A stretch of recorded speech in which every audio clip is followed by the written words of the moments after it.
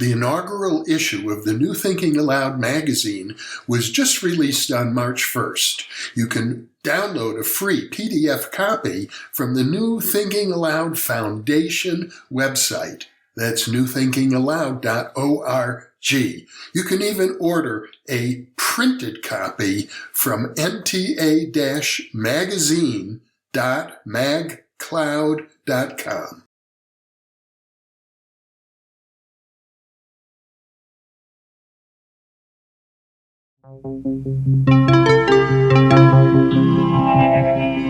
Thinking Aloud. Conversations on the leading edge of knowledge and discovery with psychologist Jeffrey Mishlove.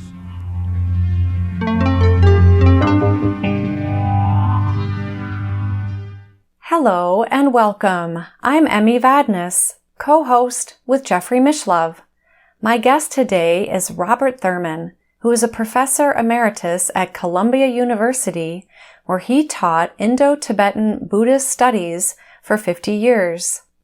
He is a leading worldwide lecturer on Tibetan Buddhism, a skilled translator of Tibetan Sanskrit Buddhist literature, and passionate activist for the plight of the Tibetan people. He was a Tibetan Buddhist monk for a short time and then became a Tibetan Buddhist lay teacher.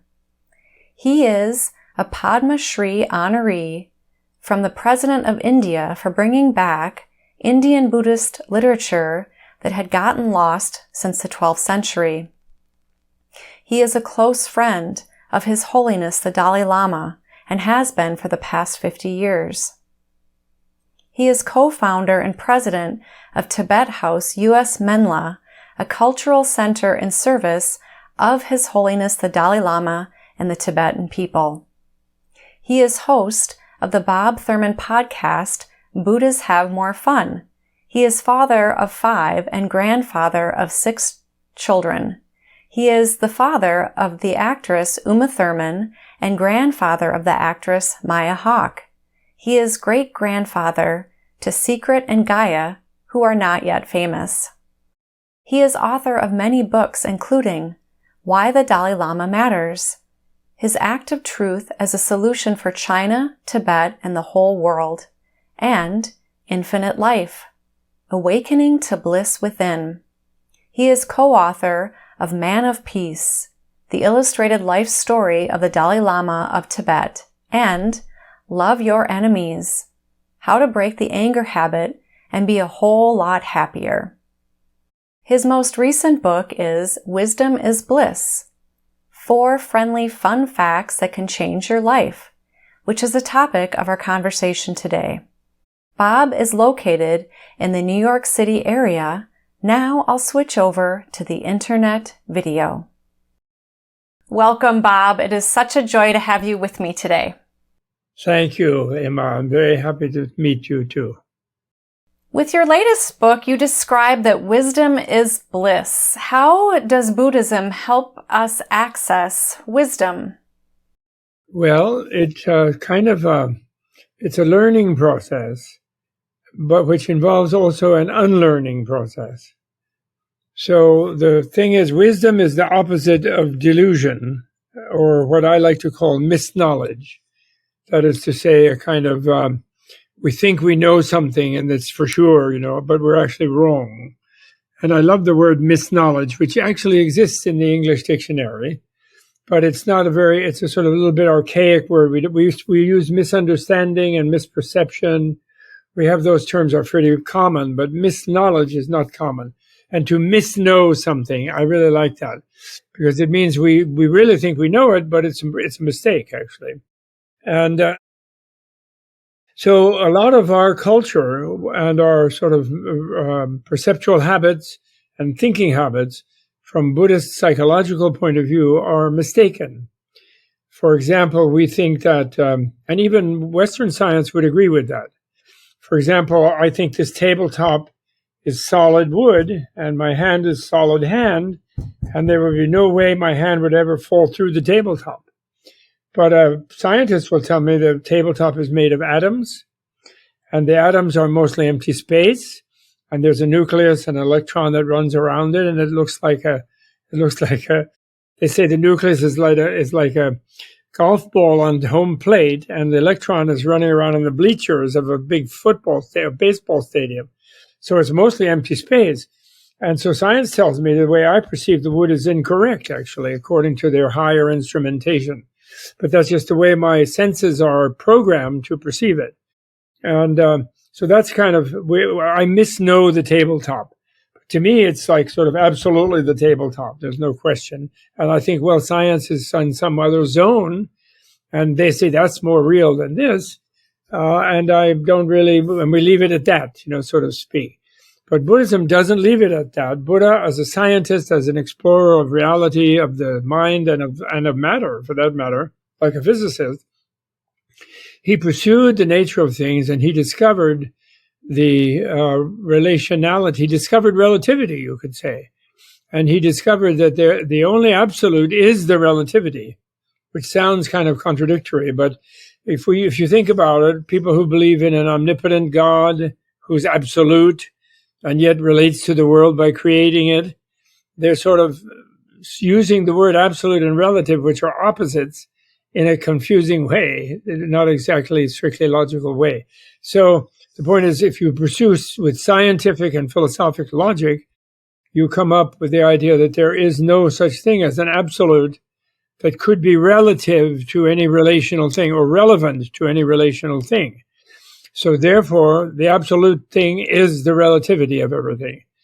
And that sort of understanding of the world, and with the preposterous claim that the human being is capable of understanding that, that's called wisdom, And then if we really understand the world well, according to the Buddha, we will realize that the world is made of an energy that is basically blissful, and we ourselves are made of that.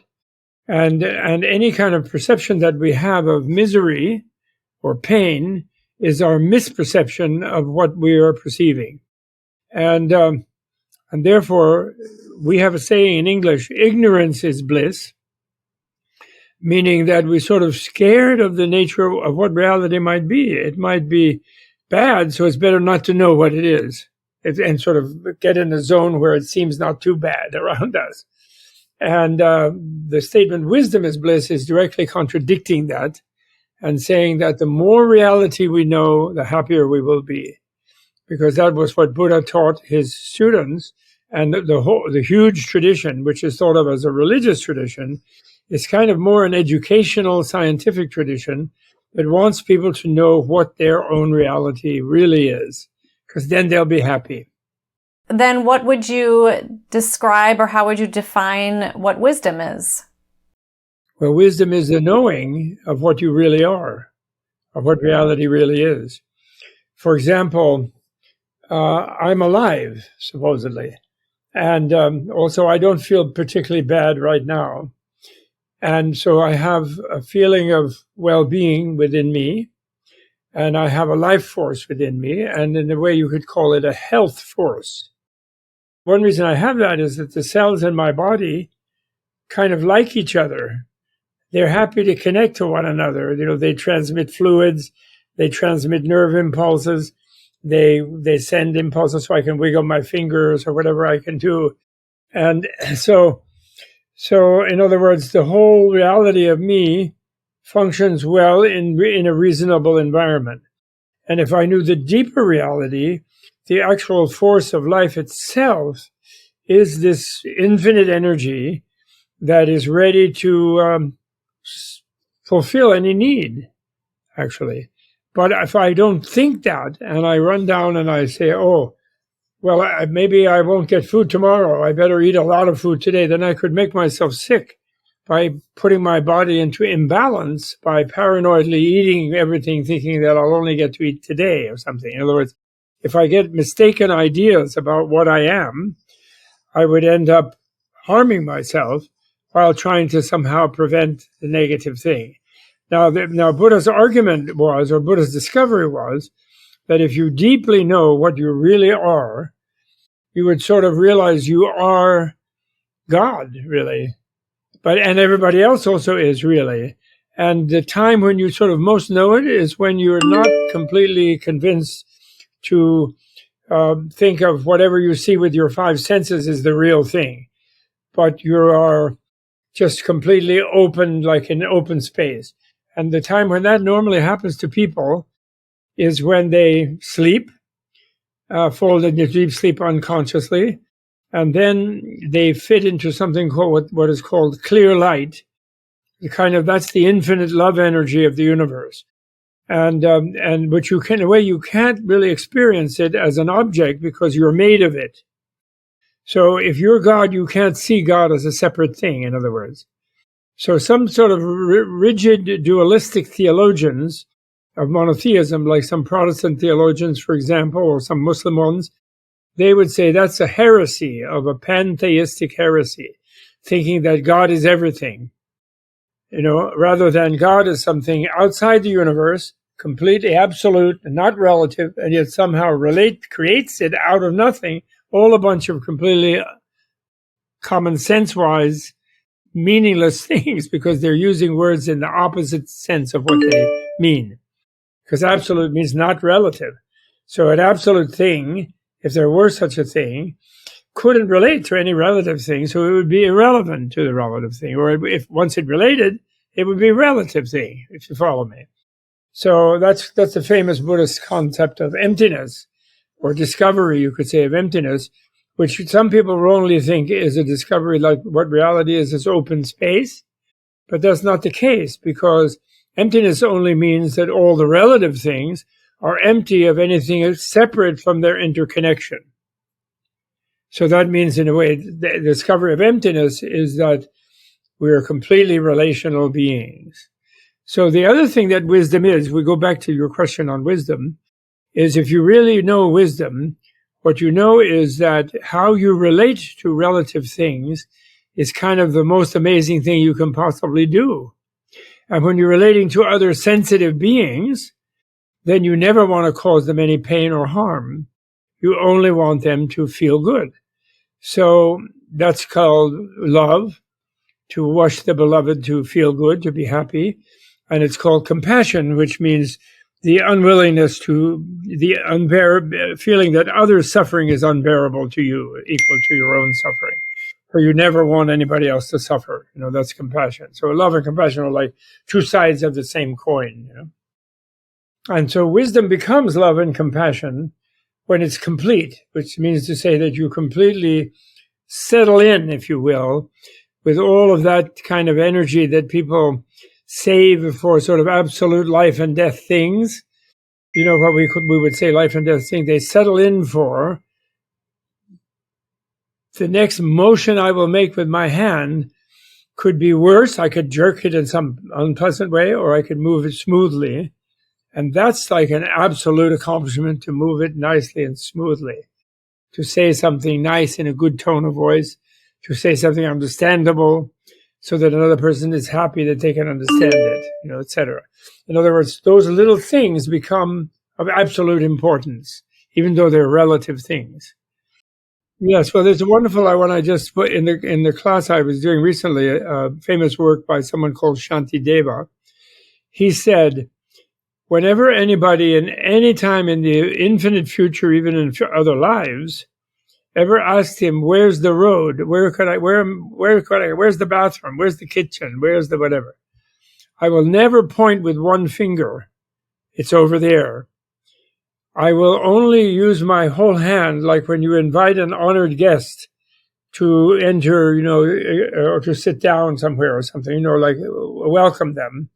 I will only direct them in the direction they need to go by using my whole hand, like you would invite a guest, in a very courteous way. So I love that because it shows a mindfulness or a conscientiousness that when you point with one finger, the body language is saying to the person, well, you don't know where to go, but I do. And you're kind of bossing them. The raising the digit finger, the index finger is like, that's the story. Like when speakers are trying to be authoritative, they go, this is it. This is the point. They'll do like that. It's kind of like a symbolic stick, kind of a domination thing. But when you use your hand like this and you invite someone, you're being their servant, and you're being hospitable to them, and you should smile at the same time. Oh, go over there. And even he says, he doesn't say that there, but in his commentary, he says, and I will think, well, now I'm offering them, guiding them toward the road they want to go on, or the kitchen, or wherever they want to go. And I'm thinking someday in the future, I will guide them toward wisdom and bliss and freedom and enlightenment, and awakening, So I think I love that, personally. It's such a small thing, instead of just pointing, you kind of offer, you invite someone. That's the type of thing that comes from wisdom. Being very aware of all of your overt and even subtle actions. Something like that. Well, that's part of it, yes. Being mindful of the smallest thing as being, it could be worse or could be better. And one Zen master, famous one in San Francisco, who started a big center there, passed away decades ago. But he made a statement I always loved. He said, oh, well, of course, everything is perfect, he said, if you really know. And there's always a little room for improvement. But that's sort of everything is perfect is the wisdom. And then there's a little room for improvement. That's the compassion. That's the love, make it just a little better if possible, like just tweak the temperature just a little to make it more comfortable for the other person, sort of thing. So that I just love that, because, the thing about absolute, right? Absolutely we say, absolute. And when we lose our temper, then we're absolutely going to get that enemy. And which can be fatal, can be lethal. And, like Mr. Putin, he wants absolutely to have a big empire in the name of the Tsar. He wants to be the new Tsar. He thinks some kind of weird empire is good. And, which is crazy, My wife was just saying, as we were seeing the news, she was watching after lunch, a little CNN, and they were talking about the 1 year this is the 1 year of the invasion of the Ukraine. And one man, with his absolutist delusion, has caused the death of maybe hundreds of thousands of people already, for no good reason at all. There's Ukrainians married to Russians all over both Russia and Ukraine, and there are different people. They've been trying to assert their cultural difference and language difference and so on, and territorial difference since the time of the Tsars, actually, for a really long time.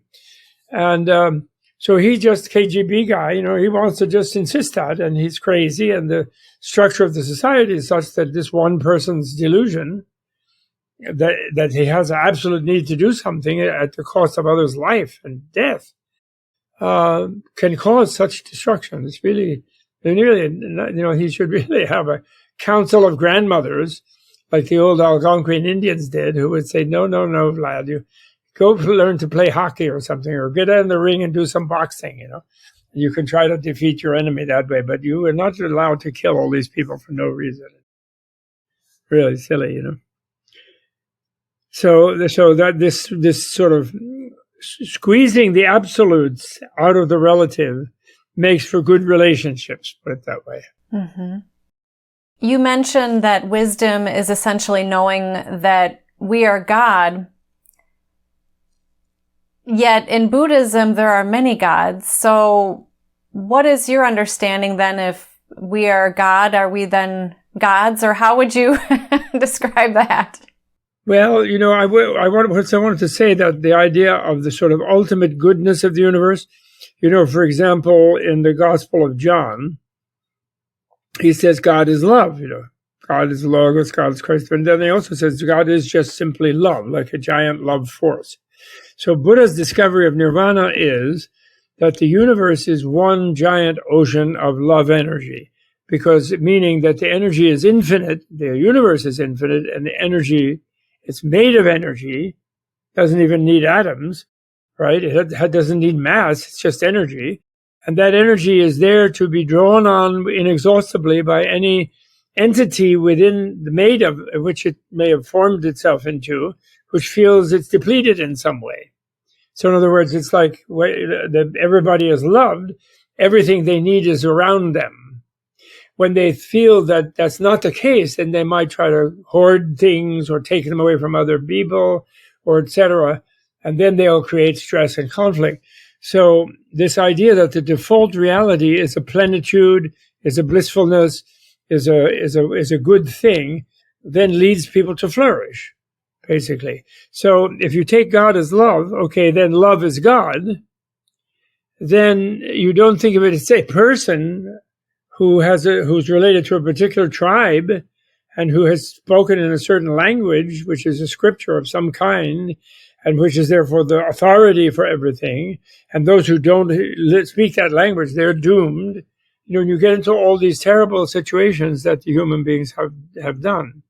Do you follow? So that's why if you say, when Christian or Muslim or less so Judaic, but Abrahamic mystics, and even to some extent Hindu mystics, have said, oh, I am the loving force of all the gods myself too, and so are you. But then people don't like that, and they in the West they would like burn them at the stake or something. They would think that they were deluded by a demon or something, because they want to say that God is only this one place over here, and he stands behind the high priest and the church or the synagogue or the temple or whatever it is, and for much of our history, he is a male and has also expressed himself through the king, and the king wants us to be scared of the neighbor, so that we then pay the king to protect us. And even he, with his police force, but the word for a policeman in ancient Sanskrit is Raja Purusha, that means a king's person. He's there. He's hired to protect us from each other, even. So his livelihood and his authority and power comes from convincing us that reality is bad and dangerous, and we need protection. And so they basically frighten us, and we grew up in cultures like that. Eastern cultures also. In Buddha's Indian culture was like that too. The gods were frightening.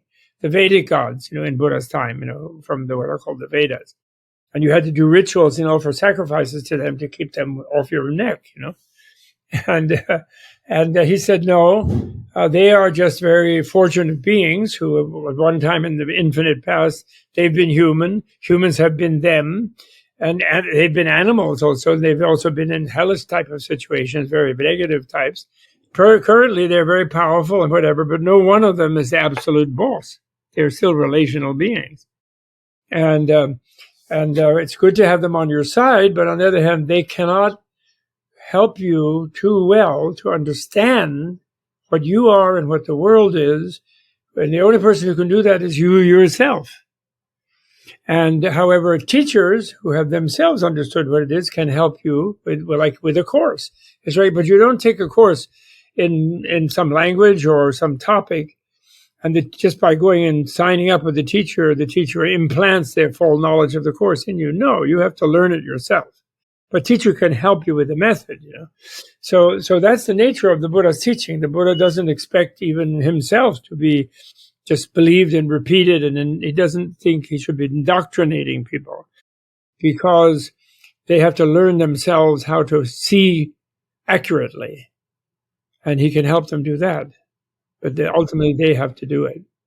So, have you ever had a moment where whatever it was, a sensual pleasure perhaps, or a intellectual one, or an artistic one, like a musical thing or something, where you just felt all was right with yourself and the world for a short time, perhaps? Absolutely. I hope so. Yes. Well, the idea is that it is our birthright as sensitive human beings to be like that all the time. And actually, once we are like that all the time, we can be so much more effectively helpful to others to help them find their way of doing that. And, and actually even animals can be, because we are lucky to have become human. We were animals in the past. We were also good kind of angels and gods in the past. We've all been everything because we have an infinite past. To say that we first came from nothing, or there was some time when things didn't exist, is not sensible. They say everything in the universe is infinite universe is a continuity. So the chicken and egg problem is really well solved. It just went on forever. An egg. On the other hand, it's not that much fun to be either an egg or a chicken. It's much more fun to be human and to understand what is a chicken and an egg, and how not to have to be, again, a chicken and an egg, and even to help chickens be reborn someday after their chicken time as a being that can understand the world and can go to Harvard and can then learn how to understand and be a scientist or go study with Buddha and understand the mind as well as the reality, Yeah. I love what you're saying. So why do we even come here on Earth? Well, there's two answers to that. One of them is that the real reason is that we come as a being that feels alienated from the world. It has to do with our misknowing the world. We're ignorant. We think we're in a world that isn't the real world, and we don't know what the real world is. So that's the easiest way of explaining it. And the ultimate way of explaining it is that it's not really happening at all anyway. So we're not actually even here in the way we think we are. And so there's sort of two ways of answering that, depending on what we're looking. If we're looking for the ultimate reality, the deepest, or you could say the deepest reality of us being here, and we really look for ourselves, we will fail to find ourselves. And, when we don't look for ourselves, we'll experience ourselves as being here. But when we really look to pin down what exactly we are, we will have the experience like the quantum physicists did when they, in the 1920s, when they really got more and more magnification and sharper ways of viewing things using mathematics and machinery. And they realized that you can't pin down even one tiny little particle. And that when you get down to a certain level of magnification, you interfere with what you're looking at. So you can never find a particle, actually. The uncertainty principle, that also there's no absolutely objective anything. Okay?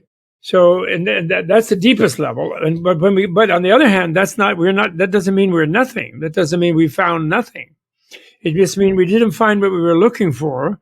But in that space of not finding a particular thing we want to pick out, we're still there.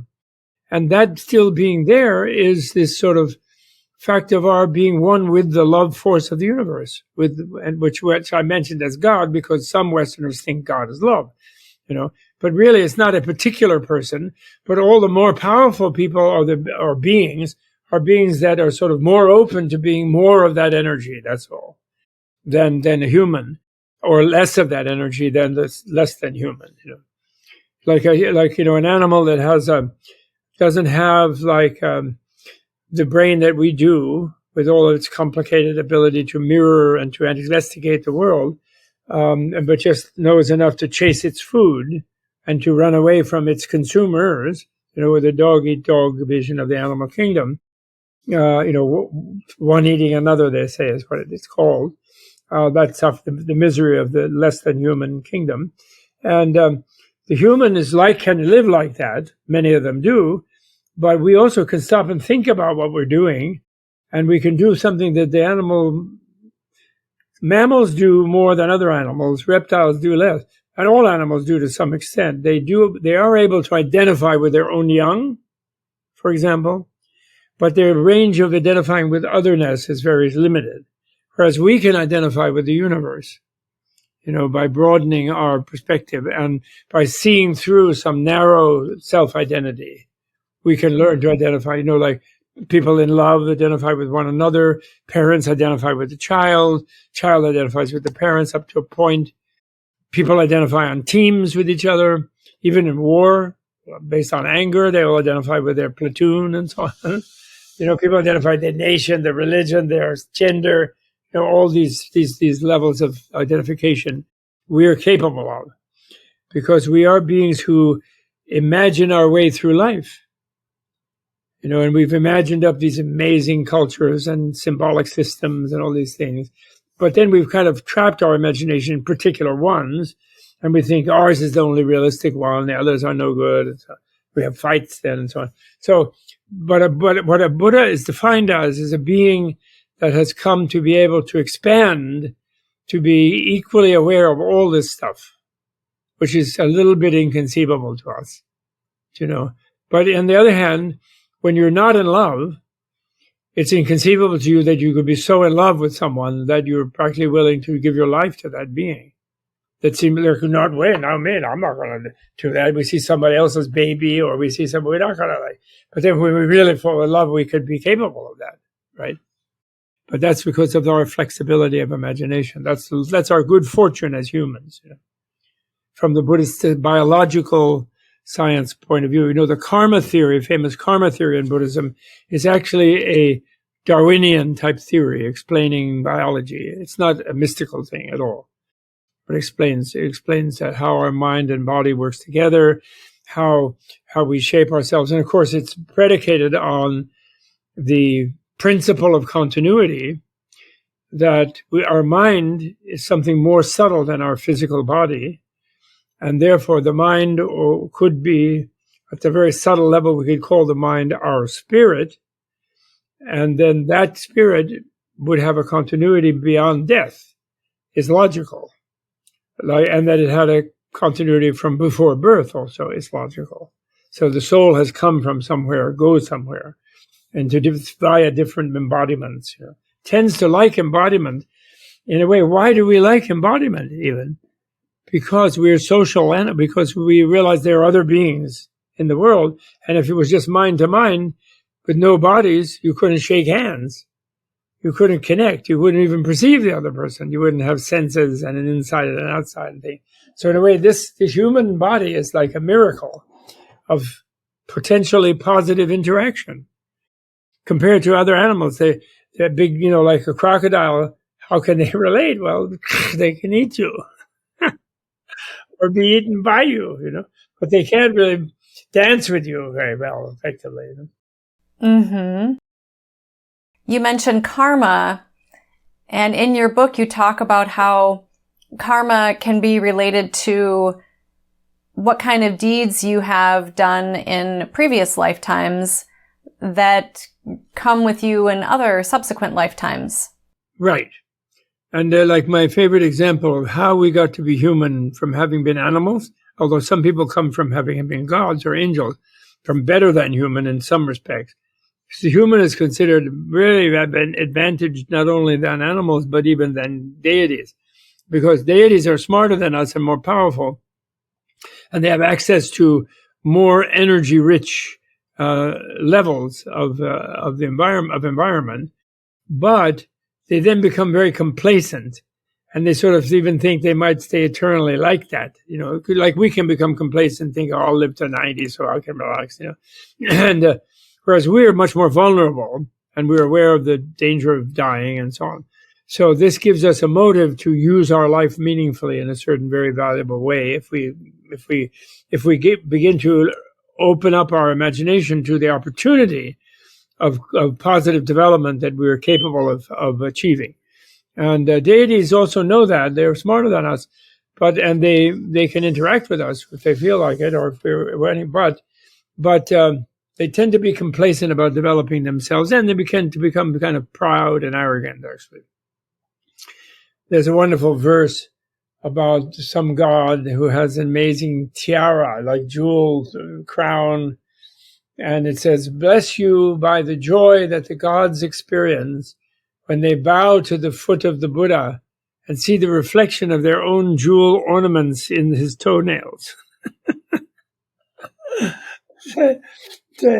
You know, because in other words, they feel a little humble at someone who's not just of a certain size like they are and different from things around them. And they're huge, of course, compared to humans. But Buddha is a being who, although they might seem to be located in a particular body, their real mind is in all bodies. Do you know what I mean? So like if you were a Buddha, you would feel you're me talking to you at the same time as you're you listening to me, or vice versa if I was a Buddha. So, and besides all the other people who might be listening to us, or even in the future, the people who might listen to us.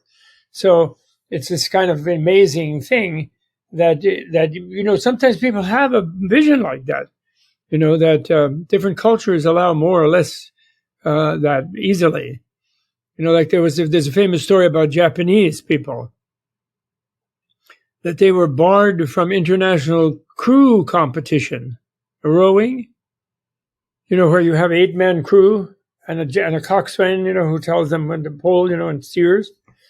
Well, they almost defeated the British crew in a sort of 1930s competition, as they wanted to do all the Western things before the war. But then, and they just lost to sort of, I guess, the best Oxford or Cambridge team by like a head, like this much. But then after that, 2 of their crew members died of brain hemorrhages because they were so gung-ho in the group that they sort of disregarded the limits of their physiology, and the pressure was too much, and 2 died on an 8-man team. So then these guys are too gung-ho. We can't have them. We don't want people dying and thing. I was told that story. I like the story though, and I think it's correct in the sense that their culture, is much more what you might call the social ego is stronger than the sort of individual ego, although they very much have an individual ego as well. But the social ego is very, very strong, what you might call the social self, the social I. We're not advocating that people push themselves beyond their limits necessarily. What you're saying, though, is that if we were fully awakened Buddhas, we would recognize that we are all one and we're not separate. That's right. Actually, they're even so preposterous in their worldview. From our materialistic point of view, I'm saying preposterous a little bit reflexively, but they're so preposterous that they think we would actually be capable of being multiply embodied according to the need of others.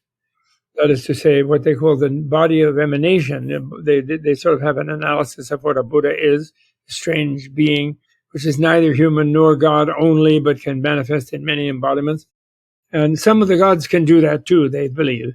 But a Buddha is unlimited in their ability to respond to the needs of beings by manifesting infinite. It would sort of be like if you had the idea, okay, say Christ is God, Son of God, but since God is omnipotent, then he could be 1,000 Christs or 1,000,000 Christs if people needed them.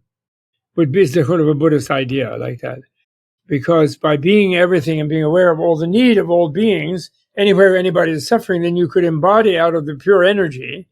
You could like Neo, remember, that's why I love the Matrix movie. Remember Neo in the Matrix, he can become many Neos to when it's necessary. And then actually even the bad guy got the ability to do that and thought he could overwhelm Neo. Remember the end of the third one?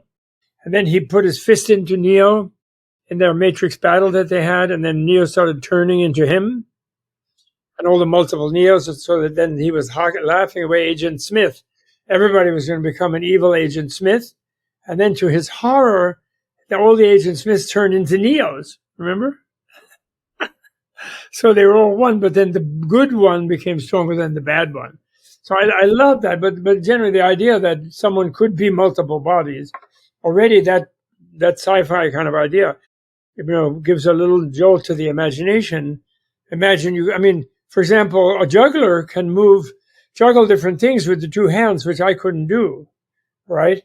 So they're sort of aware of the independent operating of the hands, So the idea is that there's a form of a being who could operate different bodies, like a juggler operates the hands in a different way, because they've developed this sort of much more vast awareness. And that, as I say, is preposterous to a materialist. Although I never use the word supernatural.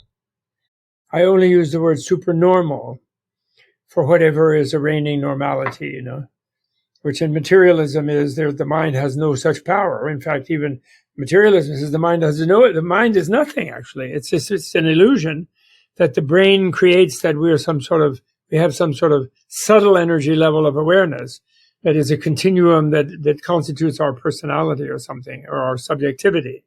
And that's an illusion, and we're just really biological robots. And our sense of having a mind or a spirit is a epiphenomenon. It's a secondary, an incidental phenomenon of having a brain, right? That's what we're taught is reality. We're supposed to believe in, because we're supposed to believe that actually we're nothing. And unfortunately, there are people who consider themselves Buddhists who have misunderstood emptiness to mean that they think it's the same as nothingness, and therefore we're nothing. The Buddha prediscovered that. That's all they think. So materialism wins in their mind as they sit there meditating, and they of course they're quite wrong, absolutely wrong. Even you could even say. And I use something. I can say one thing to try to. I know maybe some people are thinking I'm being complicated. I'm trying not to be. But there's one simple thing. For example, every night we fall asleep, right? When we fall asleep, we're in the dark, and we put earmuffs on if there's noise, and so we don't want any sensory input, and it's dark, and then we lose consciousness. We feel safe enough in wherever our room is, whatever usually, and we lose consciousness. So we might be thinking that somehow, in a way, that when I fall asleep, I'm having an experience of nothing, and that's what we would say being unconscious is. You're not conscious of anything. So in a way, you could call that conscious of nothing. And I think people feel that because they lose consciousness at night when they sleep, that's what's going to happen when they die. They're going to do that, but they're going to stay without a dream and without waking, they think. But then they have the awkward problem that so far, every night I did have a dream, which I remember some I do and some I don't. And then I do wake up again. So obviously I didn't become nothing, or there's no place of nothing that possessed me, you could say, while I was unconscious. And not only that, I had no sense of time of being unconscious. So that's really annoying when you're especially tired because you're falling asleep and then the alarm rings or something, you have to get up, And there was no sense of being long time restfully asleep. So by that fact that I haven't disappeared, and by the secondary fact that also usually in the morning I feel better. I'm ready to tackle something I was really sick of the night before. Some energy has come to me from somewhere. So I've been in some place accessible to energy. Okay? And you can't say it's just the food because I already ate the food when I was awake, but I was still tired. I was digesting lots of food. I was still tired. I was breathing. I was still tired. I keep breathing. Okay, so I could take in oxygen. Well, even though I'm unconscious. So that's even a proof I didn't enter nothing. But I'm somewhere where I'm in some sort of environment that has energy, which my body absorbs. And that's an indirect proof of what we call the clear light, which is the love, or the transparency, infinite energy nature of life, the life force.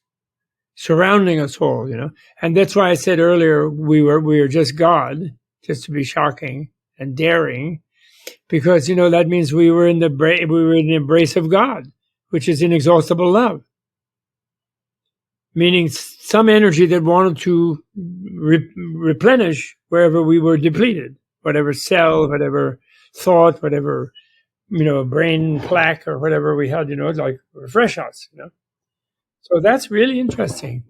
So in that light then, when we do actually die, then you connect that with all the near-death experiences, what they call, even some of them are clinically post-death. There's a few of those people who were actually zipped up in a bag and then they started trying to punch their way out, and revived, which they shouldn't have been able to do. They should have had damage and they didn't. And you connect that and then you begin to realize that life is more complicated than materialism. And that it might be beginningless and endless, which Buddha says it is. He claimed to have awoken to that. And therefore, in a way, there's no death because there's only change of costume, change of embodiment. Mm-hmm, mm-hmm. When people hear you mention the term God, from a Buddhist perspective, there isn't really an omniscient God or a human type figure who is the creator or the one who is pulling all the strings, but yet at a deeper level, I suspect you might have more to share about that. Yeah, well, that's a really interesting thing. A lot of people who are Buddhists are trying to get away from God, as what they understand from Christianity, more from, because God in Christianity seems to be a bit more punitive maybe, but the Judeo and Islamic, so the Abrahamic God, is portrayed as pretty rough and tough. So they're trying to get away from that. And of course, philosophically and scientifically, it is perfectly sensible for them to reject that there's any such thing as an absolute being that is relevant to relative beings, if they're going to really fit the definition of absolute. So Buddha didn't believe there's an omnipotent being in the world, but omniscience is possible, depending on how we understand omniscience. Like we use the word omnivore, right? There was a popular book called The Omnivore's Dilemma. And the omnivore didn't mean someone had already eaten everything in the universe. It just means they were ready to eat whatever. So you can understand omniscient as capable of knowing anything that they turn their attention to. And they consider one definition of Buddhahood is that you do become omniscient. But nobody becomes omnipotent because because the energy is this vast, distributed over everything else. So there's, if the universe deepest level is an infinite energy, a bed of infinite energy, which is transparent and therefore invisible, but infinitely present, sort of like dark matter and energy, which the physicists nowadays, to save their standard model, they are positing, but of course they didn't see it. But they posit, so they haven't actually discovered it, but they just posit it, theorize it, meaning, and they say 97% of the volume of the universe is something they haven't seen yet, which is pretty discouraging after all this centuries of work. And the Buddha would say it's 100%, but it's transparent. It's not dark. And still transparent means invisible. And especially if you're also made of this transparent energy, it's not an object to you.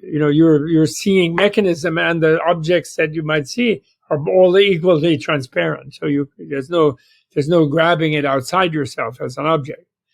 So that reality has infinite power, and it is in a way why things can be created even out of confusion.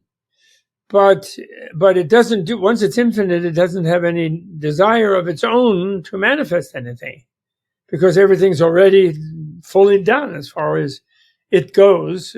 And, we don't want to assign, therefore, a separated consciousness to it, because it is everything, right? So it's all embracing. So if you think of God as really everything, like they say, God made the universe, the monotheist says God made it out of nothing, because they want to say God is great, but nothing else is really even relevant. So therefore, somehow the goal for a sentient human, the blessing for a sentient human, and in the Abrahamics, they restrict animals from having that. But in Hindu monotheisms, they allow the animals to be a part of it. But anyway, and Rabbi Schweitzer wouldn't accept Christianity's theorem that the animals have no soul. They all do. However, everyone is equally of that same energy. In other words, is the idea. And so the many gods and the different gods are some beings that have gotten more and more open to it, and therefore can channel more of it, and that gives them greater strength and power. But omnipotence, you can't have omnipotence if you are a manifestation of universal power, which at the level of its deepest level, everything is already perfectly perfect. There's nothing to do, and therefore you wouldn't do anything. As in, you wouldn't need to do a thing, except your sensitivity, feeling any being in there who was totally part of it too, same as you, but doesn't know it and therefore is stressing out. You would feel that's unbearable, because you'd be feeling that as they feel it.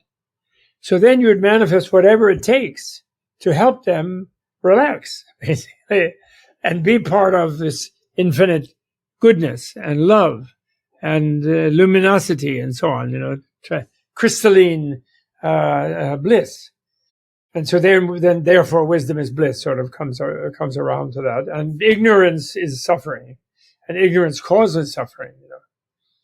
Then of course there becomes a question, because it may be, and this is why Buddhism then can say it is scientific and anti-dogmatic. And the question is, well, if this is the case, how come there ever did originate any sort of ignorance and suffering? Where did that come from? And the answer to that is, it never did originate from anything else. It's beginningless as also. It's a way of configuring in an illusory way this absolutely fabulous situation of infinite bliss. And it's sort of endlessly individual beings caught in that can manifest can escape from it. But that's and since they're infinite, and the Buddhas are infinite, it's just an endless process, something like that. And when you're a Buddha, you don't mind even the process at the deepest level, but you do mind that others mind, that's all. And you're endlessly shoveling them. Like for example, there's a wonderful vision in a particular sutra called Karanda Vyuha, the jewel case array scripture, where the Bodhisattva Avalokiteshvara, who's sort of like the Buddhist Jesus, but of many bodies, though, not just one body in one culture, many, many bodies. Otherwise, he's like a savior figure, messianic figure. And he comes to visit the Buddha in the historical time, and his audience, Buddha's teaching some people, and suddenly he shows up in a golden light aura. And they say, well, why is there a golden light? Oh, because the compassion Bodhisattva comes. Oh, and where have you been? Buddha asks him. And he says, oh, I was just down in hell emptying a few diabolical cauldrons of the soul bodies, the hell bodies of like myriad beings, millions of beings. And I tractor beamed them. I wept tears from my 1,000 eyes, which then cooled down the fires of the flaming iron land of hell, the molten iron land of hell. And then I tractor beamed all these souls out of the cauldrons they were boiling in, and without passing out, but just endlessly feeling that pain. And I installed them in lotuses in the Pure Land. And then he mentioned that the cooks, who were the little demonic goblins who were doing the work of boiling them, were mad, and they went to the Yama, the king of the dead, and they said, Yama, some weirdo has come down here and shut off our furnaces. And he said, oh, that's just going to be Avalokiteshvara. Yes, he will empty hell of a certain number of zillion, trillion beings, but there'll be a whole new supply, don't worry. And it's quite a sweet kind of idea. And it makes, I was just saying earlier to my group, because the hell thing is something that Buddhists would agree with Christians about, but they would never agree that any powerful deity dooms people there because of some sort of deficiency of worldview or something. They would never do that. It's just that if you go the dark side, you become more and more paranoid. You make a bigger and bigger boundary between yourself and others to defend yourself, or you become preemptively more and more aggressive like a demon. And then you get more and more compressed, and you basically create a situation of extreme deprivation, loneliness, and compression for yourself, which is like a hellish state. I mean, not just a human being with psychological hell, but I mean, really, you just become that bad mood, an incarnation of that super bad mood. And that's very important because they actually, folklorists, there's kind of literary people who look at folklore. Folklorists, which source, by the way, 1001 Nights and Aesop's fables, they sourced that in India, actually, and a lot of Chinese fables. Because India was like the most populated, most wealthy agricultural place in Eurasia in the old days. And we don't know what happened in the Americas, but in those times, but we really don't know. But we know Eurasia, right? And so India was that. So a lot of the ocean of stories, what they call, a lot of them come from Indian works. But anyway, around the time that the Buddha and Confucius and the Hebrew rabbis who collected the Pentateuch, the Jewish Bible, the Old Testament, around 500 BCE, before the Common Era, all this same thing happens in all the Eurasian cultures. And that was kind of a time when it became the idea that the individual could relate directly to a god in the monotheistic version, or in the non-monotheistic version, in the sort of universe, positive love universe version, beyond personality. the individual could come to a full awareness of that and unite with that mystically, like which was more prominent in India, although they had several monotheisms there also. All happened around the same time. So in other words, it sort of happened that that this feeling of individualism, which before that was pretty much resided in the kings, the chief warriors, the Hectors, the Achilleses, of the world, of all the world, tribal, city-state at maximum, or tribal cultures. And they could be individual, but everybody else had to obey orders, were just subordinates, So then suddenly every individual could reach God, in the monotheist version, and be blessed by God. Every individual could find nirvana. And so when that happened, that there was an individual opportunity in life to be very, very fulfilled, broadly speaking, the danger of the individual become very, very worse condition than even a human or even an animal condition became sort of a possibility. In other words, sort of once you get a more infinite, broader worldview, anything is possible, sort of thing, if you follow me. So then they locate the development of the concept of hell from that time. Before that, there was maybe a happy hunting ground for the elite, a kind of happy hunting ground, the warrior or the king. But there was the sort of regular people got recycled through the soil and they became food, for the next generation sort of thing. So it wasn't the idea of individual reincarnation or recycling, if you follow me. But once the individual can become huge, divine, or beyond divine even, enlightened, in the most radical form of that, then the danger of the individual becoming deeply self-destroyed is or even someone else telling them, dooming them to that, then the lesser versions emerges, But it is a very important thing. In other words, to develop a spiritual discipline, not only the lure of the positive opportunity of nirvana and bliss, but also the awareness of danger is very, very critical. Like, that's why I remember I mentioned to you the other day about my fondness for your fellow citizen of Minneapolis, of the Prairie Home Companion guy, and the thing in Lake Wobegon where they say it could be worse. And I consider that a very, very important thing for a person to be aware of ethically in being able to control their seemingly irresistible impulses toward hatred or toward lust or toward various kinds of stupidities, is that there's never a point where, well, it can't get any worse than this, so I can just go crazy, In other words, it can always be worse. So that's a very helpful thing to develop a strong self-restraint about negative spiritual habits.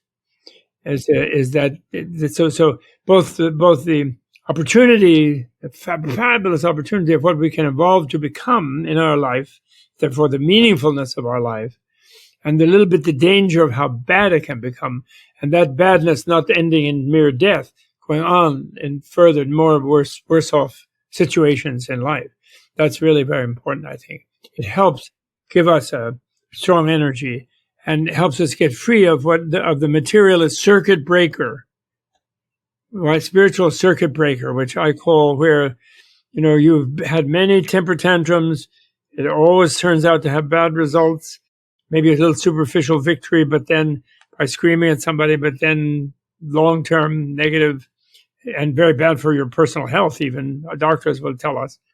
The 45-year-old male heart attack coming from having a really violent temper, and circulatory arteriosclerosis and so on.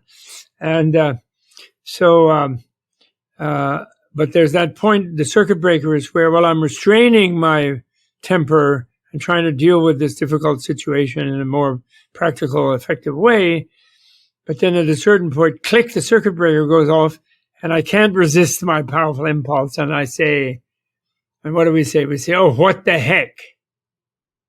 And we use hell or heck in a light way, as if, it was meaningless. Because the materialist has has this security of feeling that even if I die, I just am anesthetized in nothingness. And because they haven't understood there is no nothing. There's no such place to go. My favorite argument against materialism. Mm-hmm. What do you think? Well, I think some of those materialists wish that were the case, because then they would have to, and maybe can justify taking less responsibility for themselves and others in some levels. Well, yes, we do that. And the materialists will say, I can still be good. I don't have to believe in God or somebody saying something will happen to me, because I know that everybody will be equally nothing and there's no real meaning to anything. But as a good existentialist, I can nevertheless choose in the face of meaninglessness and nothingness. I can just choose to be good just for the heck of it. There's no purpose to it ultimately, but I can choose to do it, and I guess they can. But clearly the culture is not capable of sacrificing some immediate pleasure and gratification for the long-term survival of even our great-grandchildren. As a whole, we are not able to do that. It's because we're not doing it. And we're letting how many people are really involved in ruining the planet to make money? Is it 10,000 people who are really making billions out of oil and gas? There couldn't be 100,000. There's not 100,000 billionaires. There's not even 10,000 billionaires. There's might 800 or something. I don't think now I think there's something like 1,500 billionaires worldwide, maybe 1,800 or something like that. There used to be 30 or 40 years ago, there used to be 2 or 3 actually, other than governments. But now there might be 1,500 or so forth. The inequality has become so huge. But there's very few people really who are making money out of the current structure and who have lobbied and bribed governments and lobbied and done dark money all over the place. And so they are crippling the future of the billions of people. And the way the structure is so wrong that they're capable of doing that. And they're not really enjoying it, I think. The minute they get a few billion, they want to go to Mars. They're flying their rocket ship to get away from the people, who they do feel they could do more for, The minute they do it, they get it, because it's actually really a stress to have $1 billion. You realize if you get $1 billion, then you have to employ like hundreds of people to manage it. You can't manage it all yourself. You don't need it all. You can't possibly even spend it if you spend like $1 million a minute. And because of the structure of interest and payments and things. And it's a burden, actually. It's great to have a decent salary, maybe 100,000, a couple 100,000 or something, and you can drive a car and have a house and bring up some children, pay tuition, and taxes.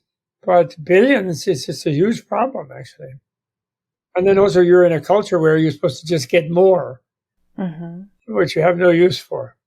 So in addition to the plight we're all facing now with our planet Earth, and each individual who experiences suffering, is there any purpose to it? Do we need to have suffering in order to grow into more love, or is it really not necessary? Well, Buddha would say we do. It's not a matter of whether we need or don't we need. We do have it.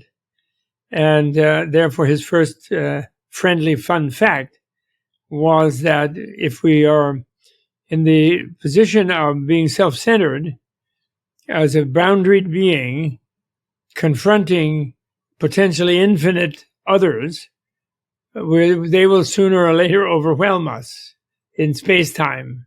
Time will overwhelm us with death, sickness, old age, and death, and because we're impermanent beings, and our bodies are impermanent, and others will overwhelm us with their needs, etc. And there's so many more of them. So as long as we think that's the real reality of things, it's going to not be satisfactory. And actually, what we have is what we call pleasure, or relief, or release, is always temporary, and so therefore we will always be dissatisfied by it. It's called the suffering of change. Pleasure is called the suffering of change. So that is his first friendly fun fact. And that's a fun fact because it doesn't have to stay that way. If we can gather the understanding that we are not radically different from other people, and that in some sense we are the same as them, and yet we are responsibly have our own contribution in our relationships to them. So it's not like we're just all mushed together like a soup or something. but we kind of have a sameness and also a lighter kind of difference, then we can begin to not actually be in a hopeless situation. And then we can eventually really develop, because of the power of the mind, we can develop an inner awareness of our own health force, life force, love energy that will enable us to overweigh our empathetic feeling of the suffering of others and even some minor suffering we might bodily have, and be pretty cheered up all the time, Like there's an early sutra of the Buddhas that I love, because in it he is leading a guided meditation through the 4 friendly fun facts, and he mentions about how worldly pleasures are suffering. So when he talks about the first one, the truth of suffering, what they call, and the fact of suffering, and he gives a long list of course, he doesn't have to bother with things that are painful because they are suffering. Everybody knows that. But he goes a long list of all the pleasant things, pleasant and agreeable things, of every 5 senses and mental sense, 6th sense, and shows how they are all temporary, so therefore they become unsatisfying. And in a way, you need more and more of them because you get more used to them and so on. So he shows that. Then he talks about the cause of that is the misknowing and the lust and hatred and jealousy and pride that arise from the misknowing. And then he comes to the truth of freedom from suffering, of nirvana, of bliss. And then he says, and that's possible if you understand and will remove the cause, which is the misunderstanding of your own reality and the reality of people and the reality of the rest of the world. And you are capable of that understanding. You have the ability to understand it. So you can be a Buddha, in other words. And then he says, well, now the question might arise, where is that nirvana? Is it somewhere beyond heaven, or is it heaven, or what is it? And he then, instead of saying it's heaven or anything, he gives the same long list that he gave in the truth of suffering, of all the pleasant and agreeable things in life. And then he says, well, what's the difference of the fact of bliss versus the fact of stress? What's the difference? And he says the difference is you no longer have selfish craving in that particular thing. He makes that the root thing rather than the misknowing. And why? What does the selfish craving do? When you have a pleasure, what prevents the pleasure? Your mind evaluates it and doesn't think it's as good as it could be. That doesn't think it's going to last as long as it should. Thinks of some other way it would be better. So the craving for more, even when you're experiencing something positive, strangles your enjoyment of the positive. Whereas if you are an open-hearted, open-minded being, when something pleasant happens, it just takes you away. And you just give yourself to it. You just let it happen. And it's nirvana, And life basically is that pleasant thing. That's what the life force is. That's what the health force is. It's our inner awareness of the rightness and the joyfulness of life. Yeah. Actually. And that's the bliss. I was just suggesting that myself, having worked in healthcare for many years, I've seen a lot of people suffer. And I've also seen that sometimes when people see others suffering, it seems that they can learn more about how to be more loving and compassionate and wise. Right. Well, the great Buddha teacher, the great enlightened teacher known as Jesus of Nazareth, he said a wonderful thing. He said that the meek were going to inherit the earth. And, what does that mean? Actually, what is so fascinating that one discovers is that people who consider themselves elite and powerful tend to feel more helpless than people who are really right up against it and who don't have time to sit and feel powerless because they've got to get the next meal. They've got to feed the baby. They've got to stave off the flood or whatever it is. So although they may be in some degree suffering because of want, they're not sitting around feeling powerless. They're powerful to do something about the situation. And whereas the more seemingly powerful people feel, the more helpless they feel. I remember I have a friend who was a powerful media person and didn't enjoy his own childhood. And, as a wealthy person, could lobby the government, and years ago tried to lobby the government when they award bandwidth to media companies. He wanted the government, the senators and congressmen and so on, to demand that they do such and so much public channels, and national, local free information things, what I mean, in towns and regions and so forth, like a free PBS sort of things. Make them do more of that rather than their own commercial programming only, and enough to make money, but still do more pro bono things, educational TV and everything. And he said when he first started with staffers in the House, they were gung-ho. Yeah, that's a great idea. We'll get into that. And then he would talk to actual representatives. Well, I don't know. I can try a little, but I'm not sure it'll go through and this and that. Then he got to the senators and they were less powerful. And then he got to the cabinet members. They were less. Finally got to the Lincoln bedroom, and then the president, well, I couldn't possibly do that. It was more helpless than the staffer.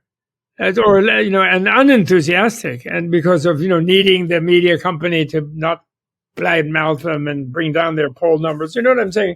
The more and more powerful, the more and more helpless you get. So the meek shall inherit the earth means that those who stay simple and have to deal with the immediate issues of life tend to actually not give up and be less depressed. And so forth. I mean, they can be fatally depressed in the sense that they can starve to death or be run over by a truck, falling asleep in the middle of the street or something because they're so weakened or addicted to alcohol or whatever. So, of course, they can. It's not like they're lucky, but actually they're going to finally make stuff happen, And the people who get sort of above, they get very, very weakened and isolated and paranoid about other people, and they become less effective, And they can be fearful of losing their power. I mean, really, like, who is the weakest person in the whole Russia-Ukraine thing? It's Putin. He's a hopeless case. And he's lashing more and more and making it worse and worse for himself. He's hiding in the cellar of the Kremlin. When his own people come to talk to him, he has them like 40 feet away down the end of a table. He's completely freaked out. And he's the weakest person in the whole setup, I mean, he's causing other people to die, and he feels that, he knows that he's doing that, and he just keeps telling himself, yeah, I'm a Marxist, I'm a materialist, and I can always shoot myself, and there's no consequence to what I'm doing, so I can kill as much as I like. Oh yeah, well, the patriarch of Christianity talks to me, but I don't really believe that, and he doesn't even believe it himself because he blesses the war effort, so he doesn't mind killing all these people. Many of them are Christians, there's no excuse at all. So that's Buddha's great gift. It could be to the planet now, is a scientific one, not religious. It is really helping the scientists and the religious people to realize there's nothing. There's no way to get out of it. We can tell the Christians, for example, who want to be dominionists and own America and have this army be a Christian army and go act like Putin, which is what Putin thinks he's doing. I don't know if you know that. Putin hates Lenin and Stalin. He thinks communism prevented Russia from being the empire of the universe. So he's pretending he's a big Orthodox guy now and is blessed by the patriarch there, which the patriarch superior is a guy in Istanbul who's the Eastern Pope, the archpatriarch, what they call his all holiness. But that patriarch in Russia pays no attention to that guy in Istanbul, Greek guy, who tells him, stop it, the Eastern Orthodox Church has its certain structure. But the Russian guy has seceded from that and been making war on everybody. So I'm saying, it's really the meek are going to inherit, meaning the people who get their pleasure from sharing their buns, sharing their loaf of bread with the next person, because they are living in a simple way. And actually women are more into that with their oxytocin. And they are, the men are out there killing each other and doing all these stupid things. And what does Mrs. Putin have to say about it? Or the beautiful Putin daughters? I'm sure they're absolutely horrified. And maybe the mistresses can't help since he broke up with Mrs. Putin. But they're really upset, of course. because the family name is really going up there with Hitler sooner or later.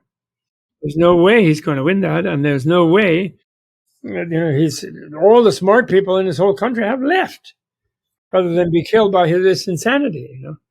So the point is that nothing doesn't exist. There's always a consequence of everything, and we don't want to contribute to negative consequences because we will bear the negative results. And it's not that God is going to vengeance his mind and say it's the Lord. That's kind of good if people believe in that. But it's karma. You yourself have the power to destroy yourself. But that destruction will last many lifetimes. So really, that gives you a much stronger impetus. Therefore, that gives you a meaning to life. The meaning of life is to be happy yourself and to help others be happy and not to harm them, at least. And that is the meaning of life. And if you go against that meaning, you're destroying yourself. But materialism gives people a false way out, that just by killing themselves, they will be anesthetized and there'll be no consequence to what they've done. And our whole generation, the elder generation now, not you, you're younger, but my generation, who are the ones who have the capital, they have the offices, or they close to the people who are the politicians that have the office in the corporation, CEOs or retired CEOs. They sit on boards, the chairmen of boards and things, and they are foolishly thinking that they can cause harm to the whole future generation by burning up this, creating this monster in the air above us. And what does Al Gore say? It's like 600,000 Hiroshima-sized nuclear explosions a day are pumped into the sewer, treating the atmosphere like a sewer of carbon waste are pumped in there every day. The distortion of our military consumer lifestyle. And that can be changed easily. Just stop doing it and find other ways of making livings, better ways. But they don't do it because they think that they're going to just be nothing as a consequence. So it's not that serious a danger that they're courting. So that's Buddhism's greatest gift, that nothing is nothing, so you're not going to get out of the consequence. So therefore, Judaic ethics, Christian ethics, Muslim ethics, Hindu ethics, Confucian ethics, all of those ethics are correct. They're biologically and evolutionarily correct for you as an individual, not even just as a species, but you as an individual. So therefore, you can now take the self-discipline to stop behaving the way you do. There's a wonderful Hindu thing. It's not a Buddhist thing that I love. It's from one of the Upanishads, same axial age time. And it's like a little boy is asking his grandfather. He says, "Grandpa, what is God saying, the God of thunder saying, when he makes thunder and lightning and it goes da, da, da?" He says. And so then the grandpa says, "Well, little Ravi," or whatever his name is, I forgot. He says he's saying Damyata, Danata, and Dayada.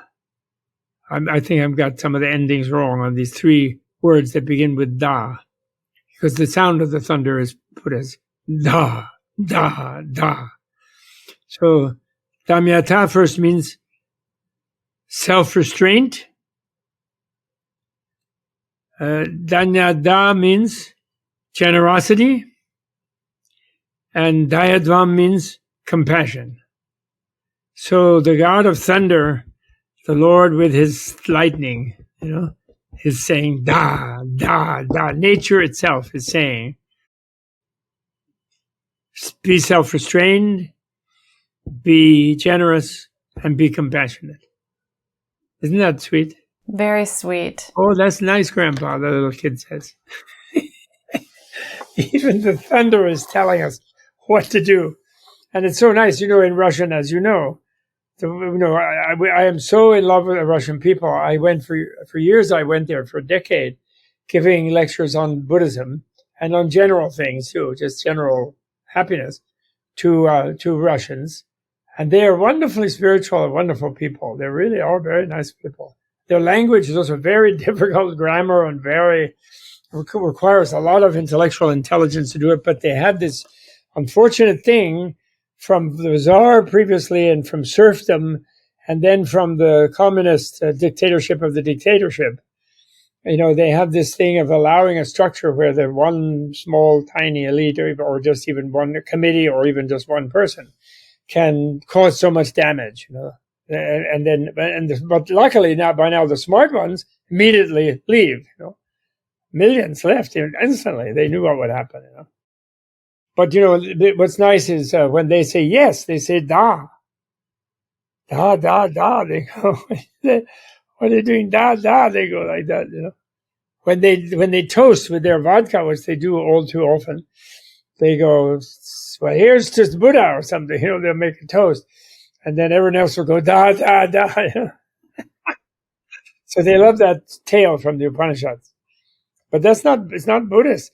The whole thing is not a religious denomination. It is common sense, and it is high physics and biology, science, that is really the gift, Empowering our own wonderful biologies and getting them free again from the dogma of no mind, no spirit, no meaning, which they got too much into in trying to escape from fire and brimstone preachers, in the Western Enlightenment, Yes, that was enlightened, but it was a little bit, then they got too unenlightened about making a God out of nothingness, And nothingness, the great disappointment in nothingness is that it isn't there to make it right.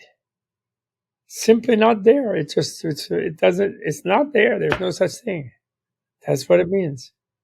And even in Christianity, there's a history that reincarnation was known to be accurate. Oh, yes. Oh, absolutely. Pythagoras and this metempsychosis, they called it. And it was definitely mainstream sort of default reality in early Christianity. The patristic author and sort of saintly writer called Origen was up to in the late 3rd century and early 4th century. He was a big articulator of reincarnation, and it was sort of normal because, in fact, it is normal in most of the world. Because why? Because people somehow on common sense realize there is no such thing as nothing. So therefore they expect continuity. That's the burden of proof would be on anybody who would say, well, something can become nothing, or there's such a thing, and nothing is over here or over there, or nothing was before this or before that. That's completely abstruse because all anybody has ever empirically experienced is continuities. Even though sometimes it looks like your log became nothing, but actually it was ashes and heat, which you didn't see, the heat, but the heat dissipated in the air. So it didn't become nothing. There's everything, everybody knows that. And it's a sort of rare a theory that life is meaningless and purposeless and blah, blah, blah. And it's also very related, I think, to the massive outbreak of depression in our culture. Is this lack of spirituality. My dear friend Lisa Miller is totally on the case of that, but from a neuroscientific and a philosophical point of view, about how depression comes from this lack of connectedness to anything spiritual in the universe. And she has a beautiful concept of spiritual wellness that we most definitely all need, which comes from feeling connected to something greater. Could be a monotheistic deity, fine, if that's what they want to believe in. Could be Jesus, could be Buddha, could be, Isaac Luria, if you're mystical Jewish. Could be Moses, could be Confucius, whoever. But it's not going to be, the Communist Party, unfortunately. And then of course the religions can develop a thing where you can be exempt from the consequences and by a savior. But actually, Jesus does say, I'm not going to save people who have done evil in my name. They will tell me they demand it because they did it in my name, but I'm not saving them if they do that. I don't know who they are if they behave like that. And so he insisted, there is that theme even in the monotheistic traditions that those who do good themselves, then God will favor them by their own doing good. because it all comes out of the axial age, 2,500 years ago. We're all trying to live up to that. And this meaninglessness thing is just a surface of the last century or so, and it's very dangerous, and it's destroying the planet. So we have to stop doing it. We're going to. We are. We will. Because your program is going to let people know. And your colleague, Jeffrey Mishlove, he will, with his parapsychological wisdom, he will let people know this. And it's wonderful. I think a YouTube TV station is really good to spread the word, and and these cable ones, some of them are out of control. But again, there's no control over lying. There's no penalty for lying up a storm. Even when you say in court, yeah, I was lying, I didn't expect anybody to believe me, as a defense against having lied and misled people into behaving and inciting violence and doing bad things. I mean, really, we really have to try to, like our Supreme Court justices should really be rational. They have to pass a logic test. It's not just a matter of they were nice lawyers and went to law school. I don't think lawyers study enough logic, some of them, and they have to, or they shouldn't be allowed to practice. There should be, our education system is letting our society down, absolutely. I can now say so freely being retiree, but it really is. It's not proper. The great George Soros knows that. He gave $1 billion to, I think, Bard College to try to create a new kind of university that would deal with human beings' character and their sense of meaning. Not religious school, but really, however, getting into making people decent, and making that as part of your curriculum, cultivating decency in people. Mm-hmm. And how is that college doing? I don't know. I think they do creative things. Bard College does. They some of their faculty teach in prisons to really make it rehabilitation rather than just punishment and warehousing, at huge expense to taxpayers. They try to rehabilitate by educating. And some of their faculty do. Whereas all of our university faculty, I never did. I'm embarrassed. But because I just was always publishing and perishing, and also had my double job of trying to save Tibet. But, all faculty should have certain quota of teaching in the local prison. Every junior faculty should do that, or senior faculty. Like at least 1/8 of their effort should go toward rehabilitating people instead of making hells out of these prisons, And that's really wrong, because then it creates a bad vibration in the society. It's terrible. It harms everybody that people are kept in misery like that. And I actually saw on one talk show, one politician who I won't name, but I once saw in a talk show where that politician was telling the interviewer that they were going to, if they got elected in a certain state, they were going to stop the educational programs in prisons, because even though it was the one foolproof way to stop recidivism, that means constantly coming back to the prison, because it gave people a means of livelihood and contributing to society when they would get out from whatever they were paying for with time. But he was going to stop it because he was afraid otherwise that poor people would commit petty crime to get to prison so they could get free education. That is so demented, I thought. But the actual person not afraid to say that publicly. It's really not right. And that people that we've become so confused in our things that people would dare to behave so completely callously, and even speak that way publicly. It's really wrong. That there's no consequence, for what people do. There's no accountability. Except for each other. Yes. Yes. You mentioned the friendly fun facts, which are often referred to as the Four Noble Truths. Why did you name them that? Well, the reason I called that is that in the Buddha's time, the concept of noble was a class term, and there was still a fairly positive and intact Indian society, a generous society, because he was able to form a monastic order where people got free food and free lodging and exemption from taxes and military service and things like that, females as well as males, when they had a genuine calling to try to become highly educated and enlightened and to realize and bring out their full potential as human beings as much as you can in one life. And so therefore the people who were sort of the elite were considered by the masses to be concerned for the masses, to have a kind of noblesse oblige, you know? And so therefore the noble part meant someone who cared for you. And this was something that was a fact or a truth for a noble person. That is someone who cared for others. So it basically is a shorthand form in his cultural time for someone altruistic, who's expected to be because they're responsible for other people, right? Like a noble person, like a noble. Whereas in our time, we think of a noble as a snooty type of person who's just, living it up themselves, and they're somehow supposed to be worshipped and honored by other people because they're born in some way, which was totally contradicted by the Buddha, actually, and by our democratic norms that are very fragilely still present with us. Okay, so noble, I thought would be better to call it friendly. So when you have a friend, you think that person, my one definition of your friend is someone who likes you. Better be.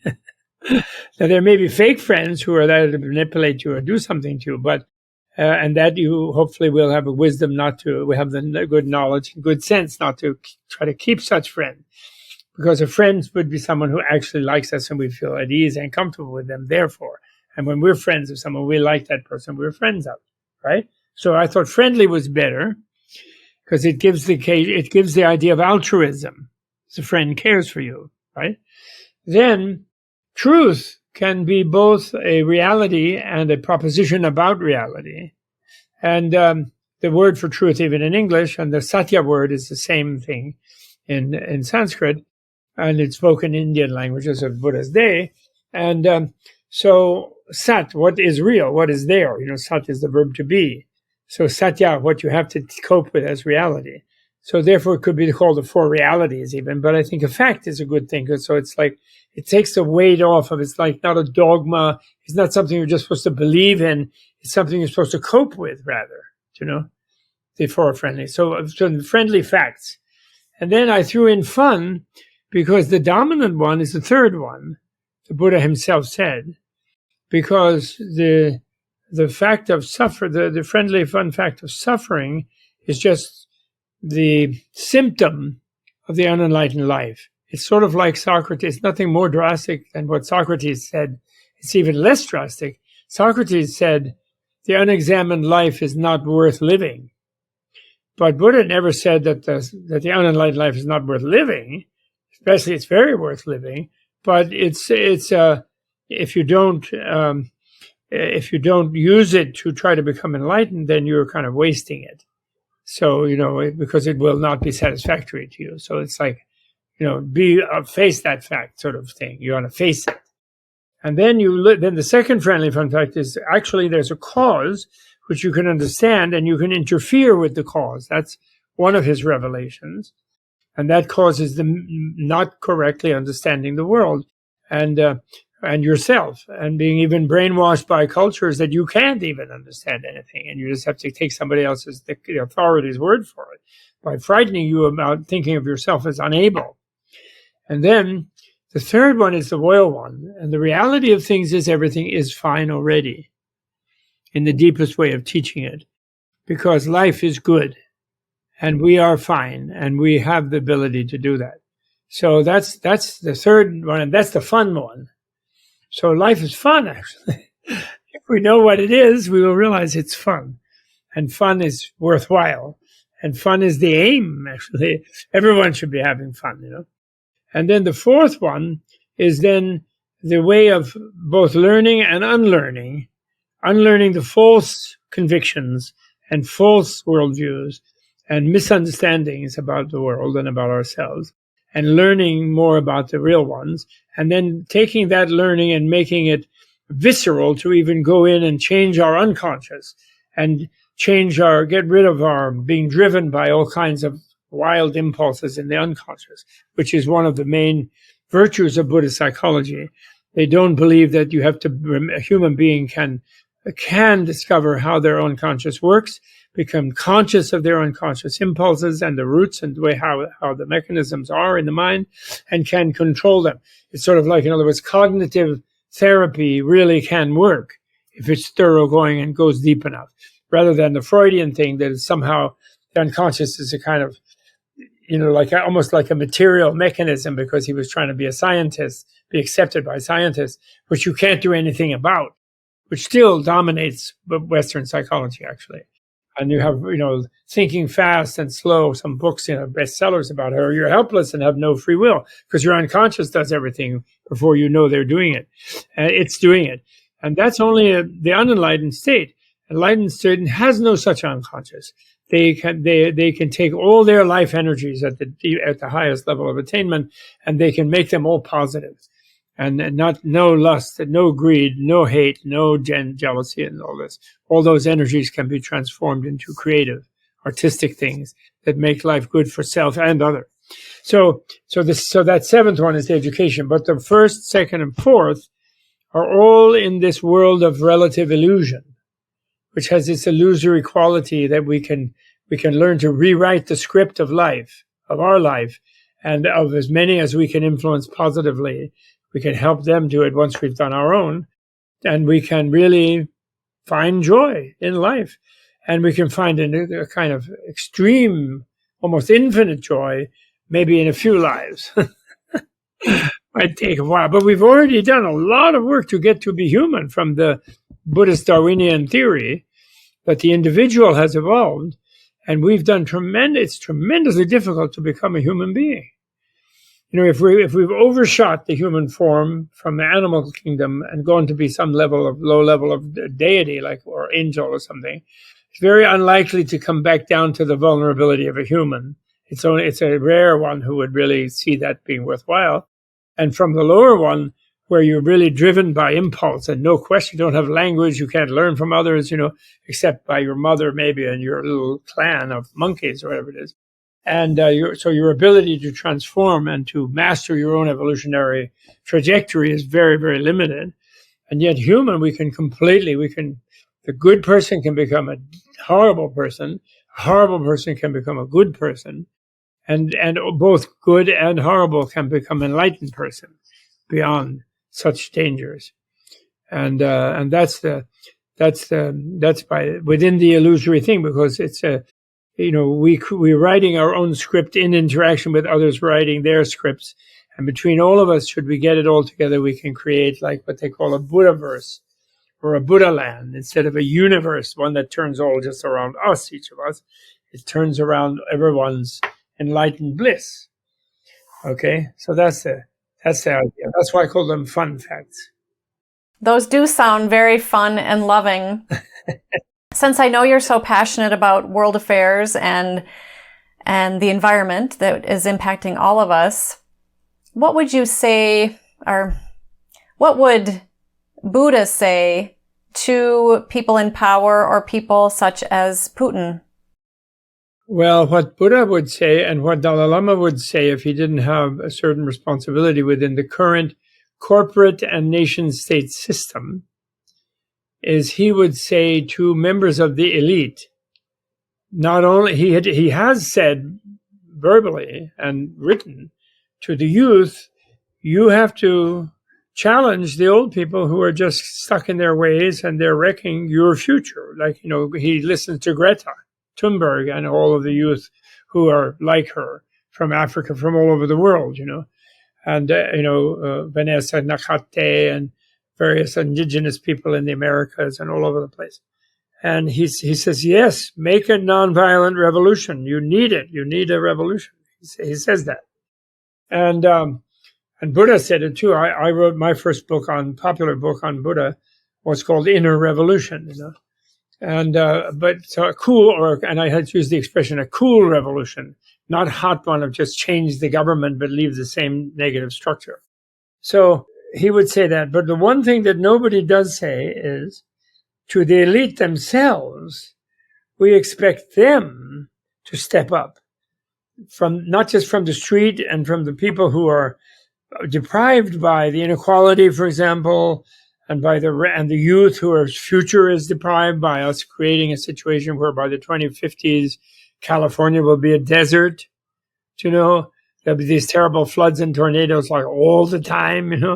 I mean, really terrible it will be. Really terrible. Sea level will rise by many, many yards, and like Sandy will become normal. For the East Coast people, and Florida, forget about Miami, and we can't go on like that. And so, yes, people will march, they will protest, they will try to vote. There will be people like Al Gore trying to educate people. And so this is sort of bottom-up pressure, yes. But we see that the dark money elite, as I would call them, what I call the petropaths, the petroleum sociopaths, the coal mine sociopaths, who don't mind harming all those people in the future because they think it's all just matter anyway, and they just want to arrange themselves to have more money, even though they have more than they can use already.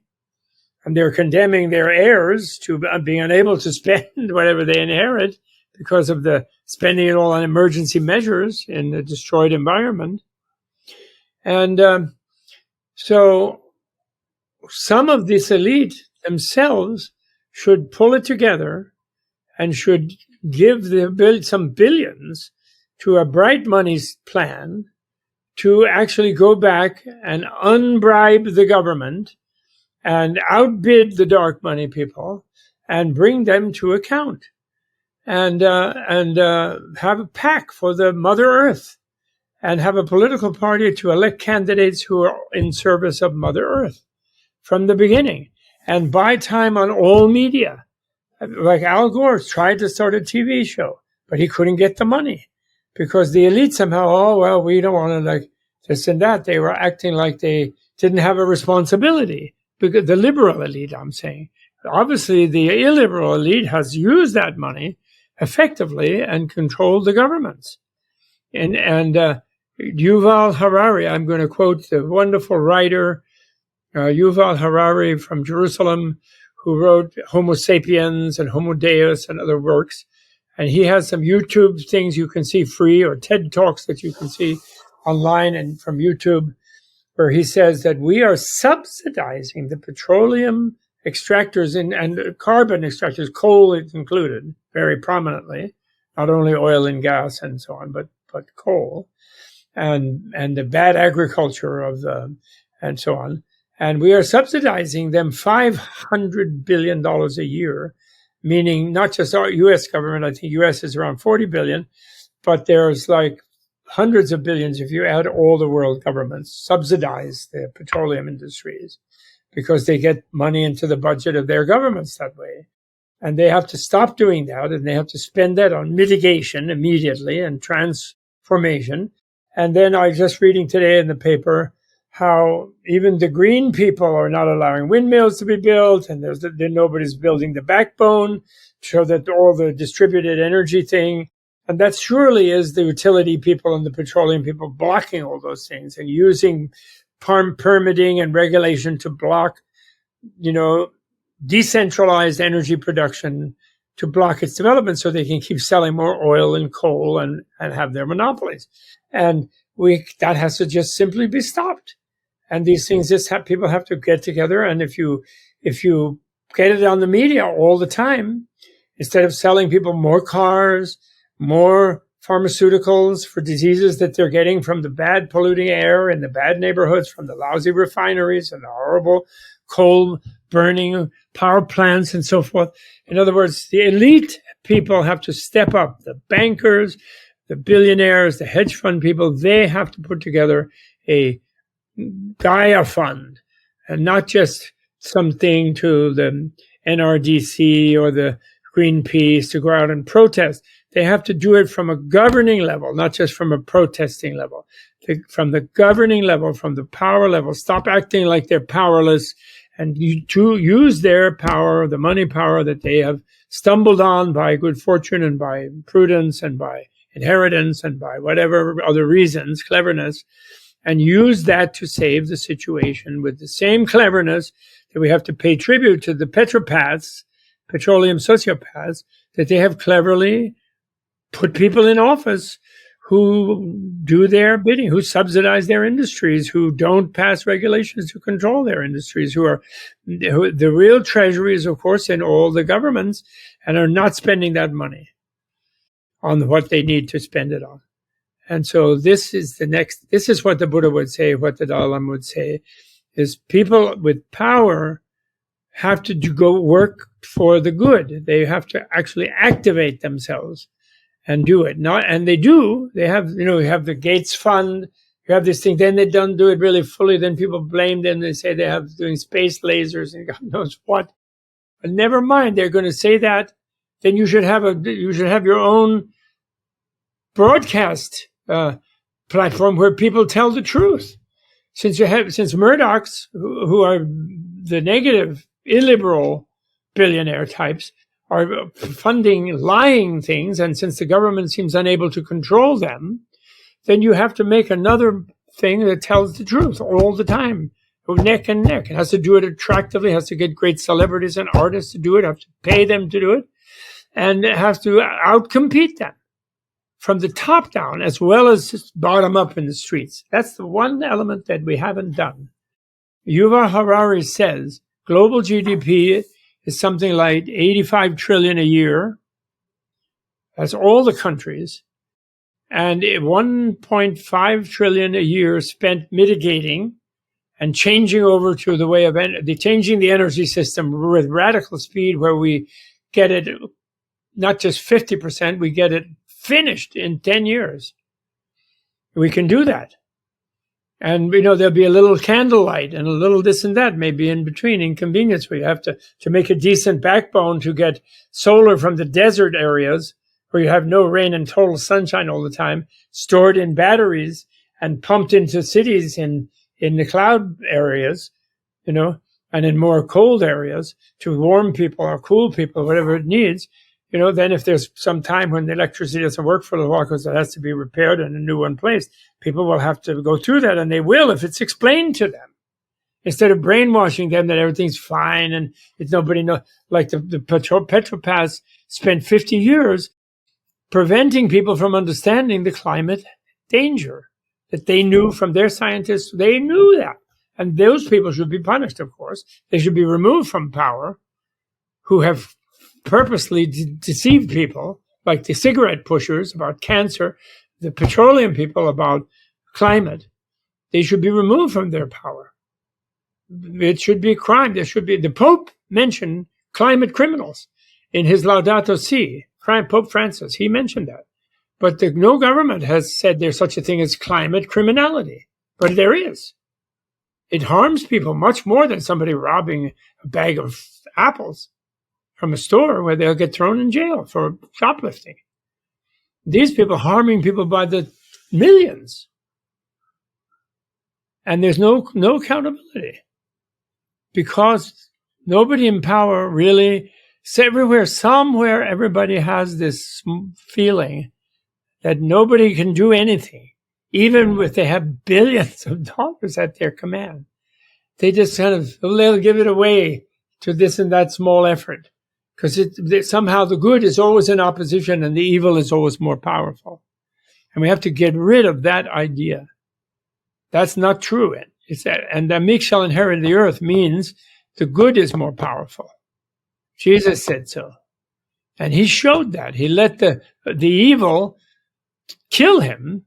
Then he rose from the dead to show that his loving nature was more powerful than their evil punishment regime, terrorism regime, state terrorism, governmental terrorism,